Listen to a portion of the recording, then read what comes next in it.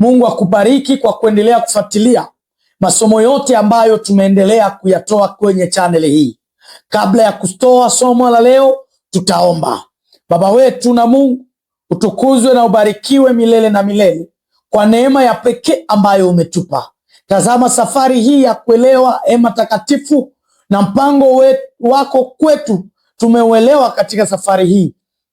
Mubariki yule mtazamaji, simamia tena somo la leo kwa jina la Yesu Kristo, amena. Rafiki na mpendwa, tulianza safari hii pamoja ya kujifunza hema takatifu. Hatumalize safari hii ya kuelewa tu hema takatifu, bali tumeona safari ya Mungu ambayo ameanzisha pamoja na mwanadamu kutoka Edeni, hapo Edeni mpaka kwa kumwokoa mwanadamu. Baada ya Adamu na Hawa kutenda dhambi, kuna kitu ambacho ni kikubwa sana ambacho inabidi tujiulize. Swali kubwa ni hii: mwenye dhambi atarudiaje mbele za Mungu? Hiyo ndio swali ambayo Mungu aliuliza. Mwanadamu ametenda dhambi, nitawezaje tena kumwokoa na kumrudisha? Mungu alipouliza swali hii, yeye mwenyewe akatoa jibu. Ndio maana akaambia Musa, akasema, mnifanyizie pahali patakatifu niweze kukaa katikati yenu. Hii ilikuwa Mungu, ilikuwa neno ambalo Mungu alilitoa kwa kuambia wanawake. Na leo sasa jibu kwa swali ile la Mungu ilikuwa ni hema takatifu. Mungu anapouliza mwanadamu atawezaje kumrudilia Mungu, yeye mwenyewe katoa jibu ni kupitia mstari ama safari ya hema takatifu. Kila kitu ndani ya hema takatifu kilionyesha ramani ya wokovu. Kila hatua ilimuongoza mtenda dhambi kumrudilia Mungu katika haki yake. Kila jambo lolote lilotendeka katika hema takatifu lilitangaza ukubwa ama mpango wa wokovu wa Mungu kwa mwanadamu. Na leo sasa, safari hii ya mwenye dhambi ilikuwaje tangu tumeanza somo hili? Mungu katika kuokoa mwanadamu, mwenye dhambi alipokuja, kabla hajaingia katika pango la hema takatifu, alikutana kwanza na pango kubwa ambayo imejengwa, na kwenye pango wameweka kitani cheupe, kitani safi cheupe. Na kwenye pango lile la hema takatifu, huyo mtenda dhambi alikuta mlango ni mmoja. Yuko nje mtenda dhambi, hana tumaini. Nje ya hema takatifu hakuna tumaini, kuna tu dhambi ndiyo inapatikana nje ya hema. Lakini yule mtenda dhambi anapofika karibu na pango, anaona mlango ni mmoja, mlango unaotangaza kwamba hakuna wokovu bila kupita kwenye mlango ule ambao umekuwa kwenye pango la hema takatifu. Na hiyo mlango ilitangaza habari za Yesu kwamba yeye ndiye mlango wa kweli na uzima. Katika Yohana 10:9, mimi ndimi mlango, mtu akiingia kwa mimi ataokoka. Yaani mlango wa pango lililokuwa linazunguka hema takatifu lilikuwa linatangaza Yesu Kristo kwamba ni yeye mlango wa kweli na wa uzima. Mtenda dhambi anapopita kwenye mlango huo, umeingia katika mlango wa hema. Unapokuwa na matatizo mengi sana, unapokuwa unaibeba dhambi zako, utatoka humo na moyo kwamba umesamehewa. Hii ni fundisho tuliipata kwenye mlango wa pango iliyozunguka hema takatifu. Yule mtenda dhambi sasa anapoingia kupitia mlango, hapa sasa anaona kitu cha pekee ambacho kinaitwa madhabahu ya sadaka. Kulingana kitabu cha Kutoka 25, anakutana na madhabahu ya sadaka. Na madhabahu ya sadaka anakutana nini? Ni nini kinachogonga macho yake? Kile ambacho mtenda dhambi anapoingia katika pango, anapoona anakiona kwenye madhabahu ya sadaka, hapa anaona damu. Anaelewa kwamba dhambi si jambo ndogo. Dhambi inahitaji kifo ili dhambi isamehewe. Ndio maana mtenda dhambi anapokutana na hiyo damu inamkumbusha kwamba ili dhambi zake ziweze kusamehewa, inatakiwa awekwe mwana kondoo ambaye atachinjwa, atauawa kwa ajili ya dhambi zake. Hii imetangaza kwamba dhambi ina gharama ya damu, na hiyo madhabahu ya sadaka inatangaza kifo cha Yesu. Kwani Yohana alienda akisema katika Yohana 1:2-9:29 anasema, tazama mwana kondoo wa Mungu aichukuaye dhambi ya ulimwengu. Yaani kwenye madhabahu ya sadaka tunaelewa kwamba dhabihu zote za hema takatifu zilihubiri kifo cha Yesu. Mtenda dhambi anapokuja akiona dhabihu hiyo, anapata tangazo kwamba kuna siku mtenda dhambi ataokolewa kupitia kifo cha Yesu. Hii madhabahu inamtangazia. Baada ya madhabahu sasa kuna jambo la pembeni, yaani madhabahu inatangaza msalaba wa Yesu. Hakuna wokovu bila msalaba wa Kristo. Baadaye sasa pembeni ya madhabahu anafika kwenye birika la maji. Birika hili la maji, birika la shaba, ndani mwake mliwekwa maji. Birika hili linatangaza utakaso. Baada ya kusamehewa, bado hujamaliza safari. Wewe mtenda dhambi umesamehewa kupitia hiyo dhabihu ya sadaka, msalaba wa Yesu. Na unaposamehewa, sharti utembee katika safari ya utakaso. Na hiyo safari ya utakaso tunaona kitu cha pekee kinaitwa birika la shaba. Ndani mwake muliwekwa maji safi ambayo ilisaidia kuhani kujiosha mikono na kuosha miguu, ambacho ni kiwakilishi cha utakaso. Mungu hafuti tu hatia ya dhambi, bali anataka pia kufuta nguvu ya dhambi ndani ya maisha yetu. Huo ndio utakaso. Wokovu wa kweli hubadilisha tabia. Ndio maana maji yaliwekwa pembeni. Safari umetoka kwenye madhabahu, fika kwenye maji hapo. Yaani utakaso unatakiwa dhambi ifutwe, nia ya dhambi iondolewe katika damu, hiyo mikrobe zote za dhambi ziondoke katika dhambi. Kisha utakaso sasa, tunaingia pahali pa kwanza kwenye hema takatifu, inaitwa pahali patakatifu. Na kitu cha kwanza tukutacho katika hema lenyewe, hema lenyewe hakuwa dirisha, lakini ndani mwake mlikuwa mwangaza. Mwangaza wa hema takatifu ilikuwa inatoka kwenye kinara cha taa 7, na kinara hiki kinatangaza maisha ya Mkristo. Haijalishi jua, haihitaji jua, bali inahitaji mwangaza wa Kristo. Inahitaji mwangaza wa Kristo, inahitaji huo mwangaza ili Mkristo awake vizuri, uendelee kuangaza ulimwengu huu. Ni sharti mafuta Roho wa Bwana akuwezeshe.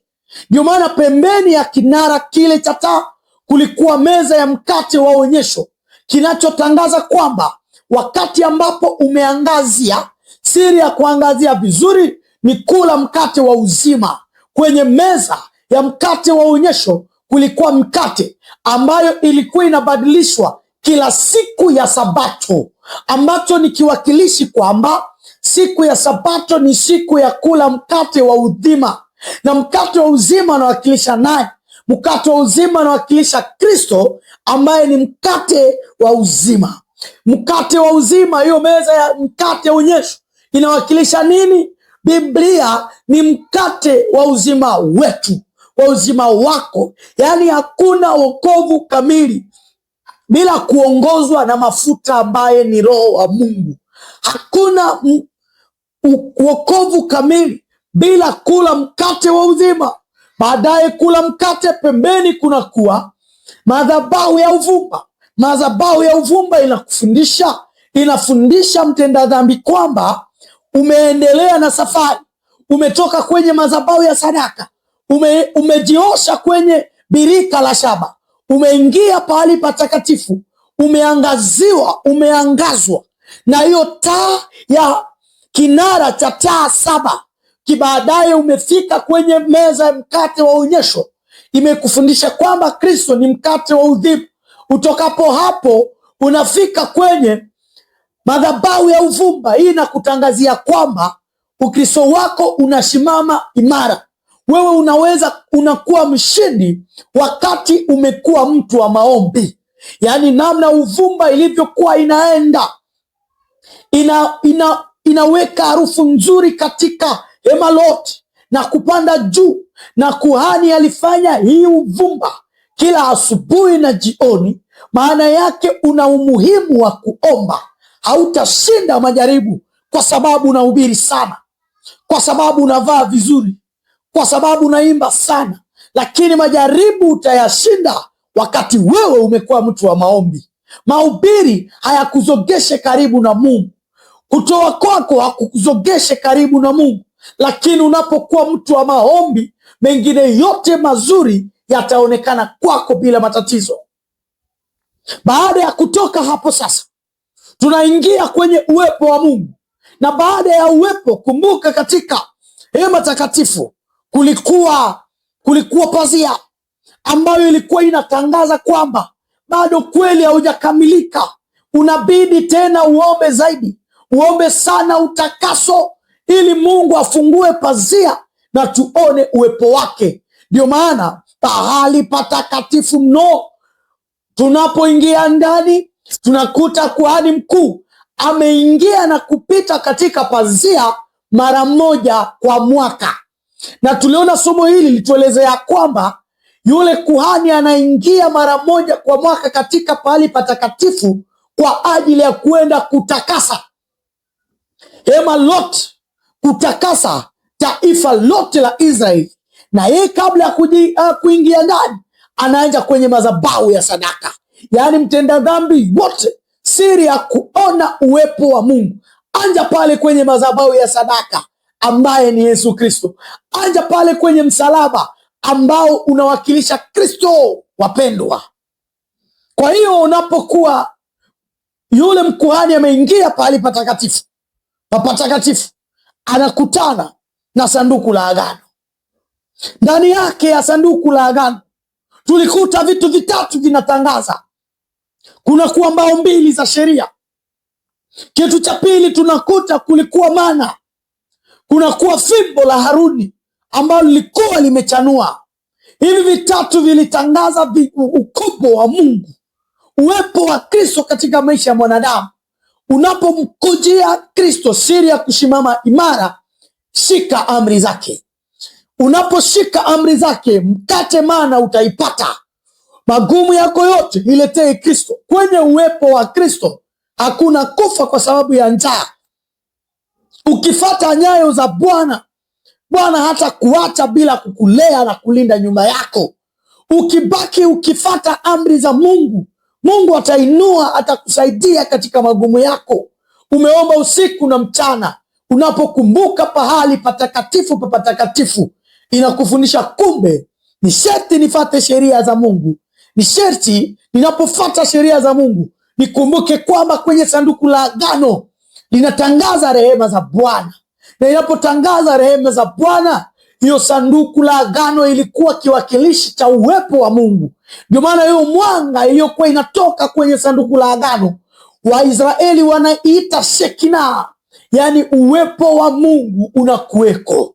Na hiyo ilikuwa ni kitu cha maana sana, kilifariji taifa la Israeli. Walipokuwa na sanduku hilo katika kambi, walijua uwepo wa Mungu upo pamoja nao. Namna sanduku inavyotangaza kwamba Kristo yu pamoja na wana wake. Na wewe sharti uelewe kwamba Mungu ni mtakatifu, sheria yake ni takatifu. Sharti ufate sheria yake na utaona uwepo wake. Na siku ya upatanisho, siku kuu ya upatanisho, kuhani anapoingia pahali patakatifu mno, ameingia na damu ya mbuzi. Anapokuja na damu hiyo, ni kwa ajili ya kuja kunyunyiza damu hiyo kwenye kiti cha rehema cha Bwana katika pahali patakatifu. Kumbuka tumesema kwamba kiti cha rehema cha Bwana si kiti ambacho kinapatikana ndani ya hema, bali ni hiyo sanduku hapo ambako wa makerubi wawili wanapatikana. Hii mfuniko wa sanduku la agano, hapo ndipo penye kiti cha rehema cha Bwana. Kwa hiyo mpendwa, mwanadamu yeye anayeelewa mafundisho ya hema takatifu, usichukue mafundisho tu kwa kichwa chako, bali elewa kwamba safari ya hema takatifu inatupeleka mpaka kiti cha Bwana. Yesu, wakati ambapo tumeona safari hii, acha nikuambie, wakati huu Yesu ameingia pahali patakatifu mbinguni. Na yeye kuingia pahali patakatifu mbinguni, ameingia hapo kwa ajili ya mwanadamu. Na damu ambayo Yesu ameibeba si damu ya mwana kondoo ambayo tunaijua, ama damu ya mbuzi, ama damu ya ng'ombe. Yesu katika pahali patakatifu amebeba damu yake kwa ajili ya kukutakasa. Na kazi ambayo Yesu anaifanya hapo ni kwa ajili ya kukuombea, kwa ajili ya kukutetea, kwa ajili ya kujibu maombi yetu, na kwa ajili ya kuendesha hukumu. Majina ya watakatifu yanachunguzwa, na ikiwa majina ya watakatifu yanachunguzwa, fanya angalisho, jiweke tayari. Yaani usichukue tu nasema nitabana kwa makini mafundisho ya matakatifu. Hiyo haiko ya kubana kichwani, ni kuelewa kwamba safari ya mtenda dhambi inabidi iende kuishia mbinguni. Safari yako inaendeleaje ya imani?